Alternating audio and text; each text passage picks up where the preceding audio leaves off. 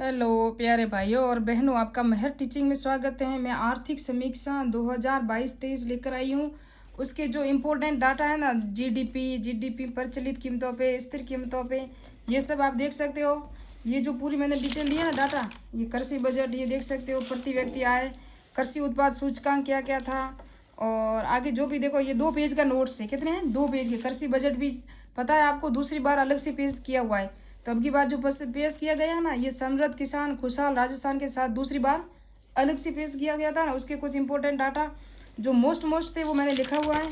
और ये इतने ही नोट्स हैं। कितने हैं? राजस्थान की निर्यात, ये हमेशा आरएस के एग्जाम में भी आता है, ऐसा ही हर एक में आता है कि राजस्थान से निर्यात कितना हुआ, कितने सबसे ज़्यादा किस वस्तुओं का हुआ, ये देख सकते हो। ये पूरे इंपॉर्टेंट नोट्स है ना, वो मैंने लिखे हैं। और जो पूर्व एग्जाम में आए हुए प्रश्न थे ना, वही लिखे हैं। कुछ इंपॉर्टेंट डाटा रह गए हैं तो वो नेक्स्ट में बताऊंगी। और जो बजट नहीं है, ये आर्थिक समीक्षा क्या है? आर्थिक समीक्षा ही परीक्षा का आधार है, आपको पता है। तो ये सब कहाँ से लिख लिए मैंने डाटा, तो मैं आपको डाटा बता दूं। अथॉरिटी डाटा है ना, ये आप देख सकते हो। ये आर्थिक समीक्षा 2022-23 ये देख सकते हो। और ये आर्थिक संघ के मंत्रालय निदेशालय, ये देखो आप कितने 200, ये आप देख सकते हो। 330 पेज की पूरी आर्थिक समीक्षा, ये देख सकते हो। 330 पेज की पूरी पूरी आर्थिक समीक्षा है। जो अथॉरिटी डाटा है कि राज्य सरकार का, जो मैंने लिया है, यहाँ से मैंने नोट्स बनाए। क्योंकि आपको पता है अथॉरिटी डाटा नहीं तो ये उषा शर्मा, अशोक गहलोत हमारे मुख्यमंत्री, और यहाँ सब दिया हुआ है। उषा शर्मा हमारी मुख्य सचिव है। और ये आप पूरा डिटेल, गोविंद सिंह गोविंद राम मेघवाल कौन है, ये सब देखो यहाँ से डिटेल में। और आपको डाटा बता दूँ तो ये पूरे डाटा दिए हुए हैं, यहाँ से मैंने नोट्स बनाए। क्योंकि आपको अगर इम्पोर्टेंट डाटा पता नहीं है ना, आप अथॉरिटी डाटा के साथ नहीं कर सकते, तो कोई मतलब नहीं है आपको मिलावटी डाटे से। ये सब है ना, ये पॉइंट है कि यहाँ से आपके सारे नोट्स बने हैं। ये आप स्पष्ट नहीं दिखाई दे रहा इस फ़ोन में, लेकिन ये आप पूरा डिटेल देख सकते हो। जीडीपी के कुल, यहाँ से ये जीडीपी दिया हुआ है, आप देख सकते हो। ये कुल कुल दिया हुआ 8.19 वगैरह सब। ये जीडीपी कुल स्थिर कीमतों पे, प्रचलित कीमतों पे, स्थिर कीमतों पे, सकल घरेलू उत्पाद। और आप देखोगे तो ये प्रति व्यक्ति आय, ये देख सकते हो। प्रति व्यक्ति आय कितनी है कितनी नहीं, ये और अथॉरिटी डाटा है। ये पूरा डिटेल है ना यहाँ से। कृषि बजट भी मैं बता दूँ आपको, ये देख सकते हो आप। ये पूरा डिटेल से दिया हुआ है, इसमें से डाटा कृषि का तुलना की हुई है 2022-23 से। और इसके बाद आप देखोगे तो ये कृषि बजट है ना, ये कृषि बजट है। पूरा डिटेल से यहाँ से स्पष्ट दिखाई नहीं दे रहा, ये देख सकते हो कृषि बजट है। तो आप इसमें क्या क्या उपयोग है, कितना खर्च हुआ है, और ये के जो है ना फसलें हैं, दालों में कितना प्रतिशत वृद्धि हुई है। सबसे ज़्यादा जो 2021-22 में हुई थी ना, वो ग्वार में हुई थी। लेकिन अब की बार 2022-23 में वृद्धि हुई है ना, सबसे ज़्यादा वो कपास में हुई है। ये वेरी इंपॉर्टेंट प्रश्न है, कई बार एग्जाम में आ चुका है। तो ये डाटा मैंने यहाँ से लिए हैं और यहाँ से मैं नोट्स बना रही हूँ। तो ये इंपॉर्टेंट है, आप यहाँ से पढ़ सकते हो। अगर यहाँ से प्रश्न लगभग URO, SI, RS, REET, second grade, first grade, school व्याख्याता और कॉलेज प्रोफेसर, इनमें से लगभग 10% या 5% तो 100% अगर नहीं आए तो मेरा वीडियो भी देखना छोड़ देना आप। क्योंकि मैंने कई बार एग्जाम दिए हैं और मैंने भी देखे हैं। तो इसका जारीकर्ता कौन है? आर्थिक और सांख्यिकी निदेशालय जयपुर। मुख्य सचिव कौन है? उषा शर्मा। आधार वर्ष, जो जीडीपी का आधार वर्ष है ना, वो 11-12 है। सकल घरेलू उत्पाद राज्य का था, जो प्रचलित कीमतों पे ये था 14-13। वृद्धि दर कितनी हुई है देख सकते हो आप। वृद्धि दर हुई है 16.4। और स्थिर कीमतों पे वृद्धि दर जीडीपी में कितनी हुई है? 8.19। वेरी इंपॉर्टेंट है, मैंने लिख दिया है, इसको आप 100% याद रखना। 79, 89, 94 स्थिर कीमतों पे, और 14-13 प्रचलित कीमतों पे। फिर सकल राज्य घरेलू क्षेत्रवार योगदान जो उद्योग, कृषि और सेवाओं में दिया हुआ है, तो 28.50 कृषि पे है, 27.76 उद्योग पे हैं, और सेवाएं 43.74। तो ये जो है ना वृद्धि दर ऐसा है प्रचलित कीमतों पे, स्थिर कीमतों पे। प्रचलित कीमतों पे कहूँ चाहे स्थिर कीमतों पे, जो ये जो सेवाएं है ना, वो 43.74 ये दोनों में, स्थिर में और प्रचलित में। लेकिन इनमें जो है ना ये 27.76 ये स्थिर कीमतों पे अलग है, प्रचलित कीमतों पे ये अलग है ना।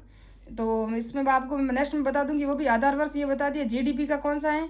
आधार वर्ष 11-12 याद रखना। जीडीपी में प्रचलित कीमतों का क्षेत्रवार योगदान ये भी बता दिया हमने। जीडीपी में प्रचलित कीमतों पर जीडीपी में क्षेत्रवार का योगदान कितना है, तो ये कितना 28.95 है ना, ये स्थिर कीमतों पे है। और 27.31 ये भी स्थिर कीमतों पे, और 27.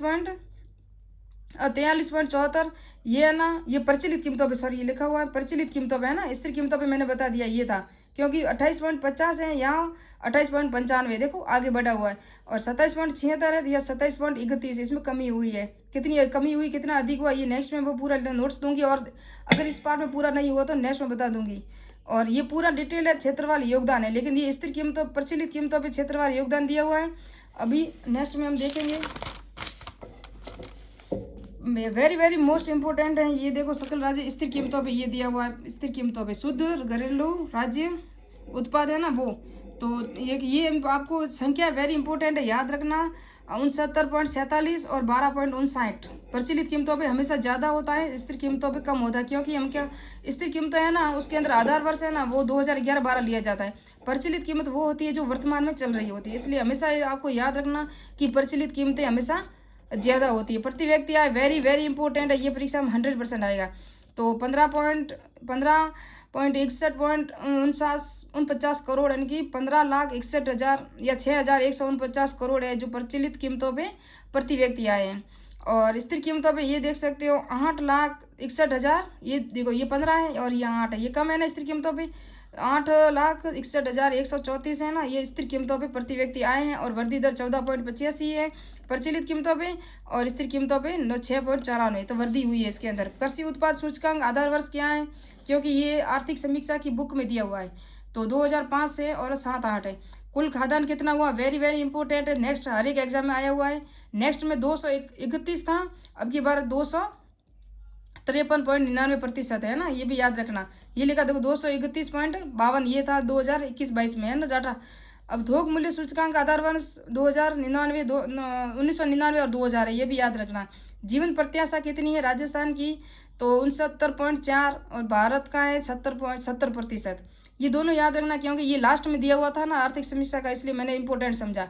2002 और 3 से 2006-07 की तुलना में 2021-22 में उत्पादन में वृद्धि हुई है। किन किन जो अनाज थे ना उसमें वृद्धि हुई है, तो ये देख सकते हो, दालों में 54.30%, अनाज में 62% और तिलहन में 36%, कपास में 95%। तो सबसे ज़्यादा किस में हुई है, कपास में, और सबसे कम तिलहन में हुई है ना, ये भी आप इसको अच्छी तरह याद रखना। कपास में 95.10% सबसे ज़्यादा है ना, सर्वाधिक वृद्धि कपास में, न्यूनतम तिलहन में।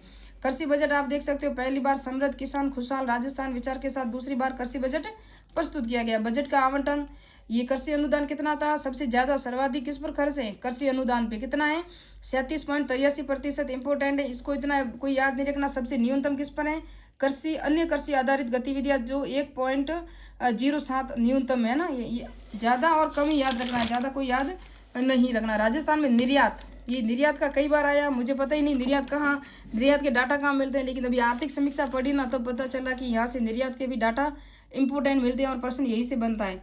तो राजस्थान में निर्यात सर्वाधिक अभियांत्रिक में होता है ना, किसमें, अभियांत्रिक 16.62% सर्वाधिक है, और सबसे कम किसमें है, तो आयामी पत्र है ना उसके अंदर 6.22% सबसे कम है। फिर इंपॉर्टेंट है 30 नवंबर 2022 को ऊर्जा का खर्च, वेरी इंपॉर्टेंट है, हर एक एग्जाम में अभी भी आया था, LDC में आया था, और PTI का एग्जाम कल परसों है तो उसके अंदर भी आप देख सकते हो।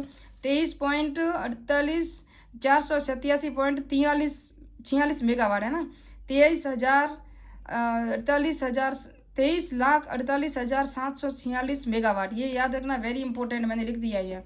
राजस्थान में सर्वाधिक जनसंख्या वाले जिले कौन से हैं, ये क्योंकि आर्थिक समीक्षा में लिखा था तो इसलिए मैंने इसको लिख दिया। कोटा में सर्वाधिक शहरी जनसंख्या वाले हैं ना, ये शहरी जनसंख्या वाले जिले हैं, तो 60.31। पहले हम जयपुर को मानते थे, लेकिन अब की बार जो 2022-23 की जो रिपोर्ट आई उसके अंदर आपको कोटा मिलेगा। फिर जयपुर 52%, फिर उसके बाद अजमेर 40.4%। नेक्स्ट में ये नहीं थी जिले, तो इसकी ट्रिक क्या है, कोटा की जय अजमेर में हुई, क्या हुई, कोटा की जय अजमेर में हुई, वेरी इंपॉर्टेंट है, जहाँ सर्वाधिक शहरी जनसंख्या वाले जिले ये 4 है। फिर न्यूनतम शहरीकृत जनसंख्या वाले जिले, ये आर्थिक समीक्षा के पॉइंट थे ना वो मैंने लिखा है। न्यूनतम शहरी जनसंख्या वाले जिले डूंगरपुर, बाड़मेर और बांसवाड़ा, 3 जिले है ना। तो डूंगरपुर 10D और BB है ना, तीनों याद रखना आप, DB, और 6% ये दिया हुआ है। महिला जोतों को पूरा मैंने नहीं लिखा, राजस्थान की कुल जोत है वो लिखना भूल गई, मैं नेक्स्ट वीडियो में पूरा दे दूंगी। 24.44% वृद्धि दर्ज की गई है महिला जोतों में है ना। 2011-12 की तुलना में वर्ष 2015 में सभी प्रकार की जोतों वर्गों की जोतों में वृद्धि हुई है। ये नोट्स था, मैंने लिख दिया। और मिलते हैं नेक्स्ट वीडियो में कुछ आर्थिक समीक्षा के इम्पोर्टेंट पॉइंट के साथ और 2 एक योजना रह गई है उसके साथ।